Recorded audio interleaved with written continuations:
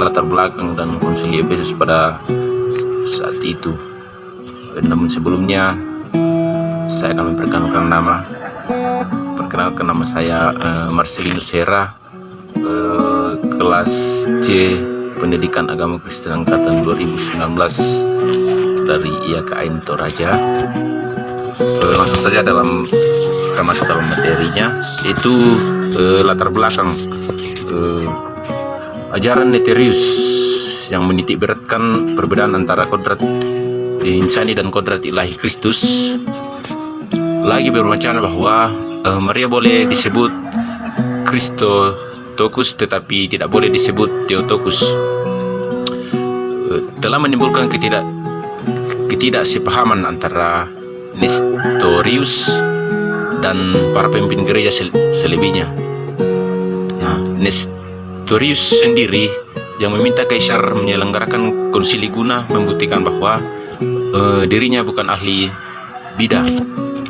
Nah, konsili Efesus justru membidahkan ajaran-ajarannya dan mengumumkan bahwa Maria adalah Theotokos yang sang walidatullah.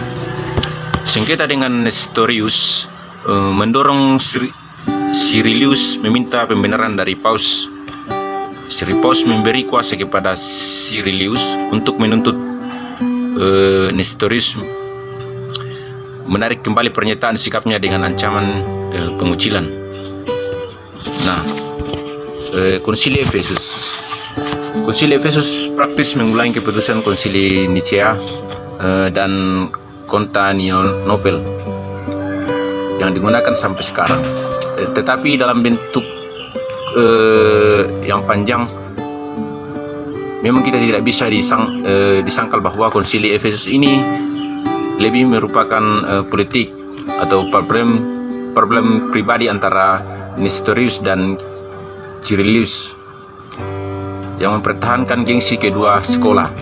Hal ini bisa dilihat dari latar belakang konsili, yaitu atas perkara Cyrillus, uskup Alexandria. Kita memiliki surat kedua Cyrilius kepada Nestorius yang menginformasikan kepada kita posisi ajaran konsili Efesus.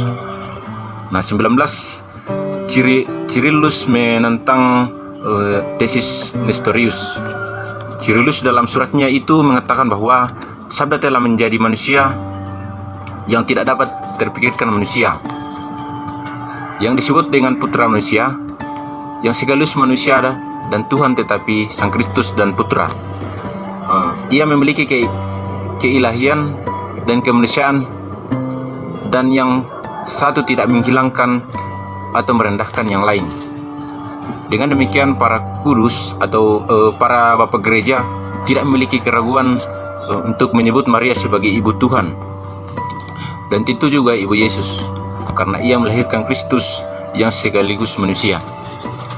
Nah, surat Cyrilius ini adalah surat jawaban dari surat kedua Nestorius yang menginformasikan kepada kita mengenai ajarannya. Pada awalnya ia mengatakan bahwa ia percaya kepada iman Bapa Gereja, percaya kepada Tuhan Yesus Kristus, Putra Tunggal Bapa, dan juga mengakui iman yang sebenarnya itu.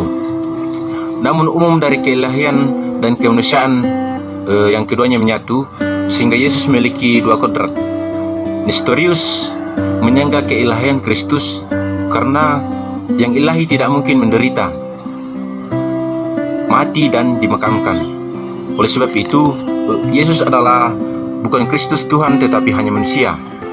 Nah, kelahiran Yesus adalah bukan suara kelahiran yang ilahi, tetapi melulu kelahiran manusiawi. Kemudian ia mengutip banyak referensi kitab suci yang mengungkapkan segi kemanusiaan Yesus. Kemudian pada akhir dari surat itu, ia mengatakan bahwa kita tidak perlu memikirkan secara pusing keilahian Yesus, karena ia adalah hanya manusia biasa. Kemudian Cyrilius menulis surat yang ketiga kepada Nestorius yang sekaligus merupakan hasil dari konsili di Efesus. Surat ini berisikan 12 hukuman bagi Nestorius dan pengikut-pengikutnya. Yaitu yang pertama, tentukanlah dia jika ada yang tidak mengakui bahwa Immanuel adalah Tuhan. Dengan sendirinya menyangkal Santa Perawan Maria itu Tuhan yang telah melahirkan dengan sendirinya menyangkal Santa Perawan Maria Ibu Tuhan yang telah melahirkan Sabda yang telah menjadi dagingnya yang adalah Tuhan. Kemudian yang kedua, terkutuklah dia jika ada yang tidak mengaku bahwa Sabda yang mengambil bentuk daging manusia yang adalah Kristus sungguh manusia dan Tuhan sekaligus. Yang ketiga, terkutuklah dia jika ada yang membagi kesatuan Kristus ke dalam dua substansa dengan menekankan kelayakan satu dengan yang lain dalam bentuk kuasa atau kekuatan. Kemudian yang keempat, terkutuklah siapa saja yang mengajarkan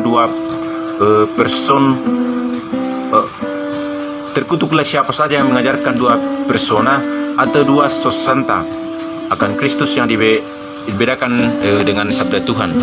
Kemudian yang kelima, terkutuklah dia jika ada yang mengatakan bahwa Kristus adalah manusia, pembonceng atau penggendong Tuhan, atau tidak sungguh manusia melainkan hanya mirip dengan manusia. Kemudian yang keenam yaitu terkutuklah dia ada yang mengatakan bahwa sabda Bapa adalah Tuhan dari Kristus dan tidak mengakui bahwa Kristus adalah Tuhan dan manusia sekaligus menurut kitab suci.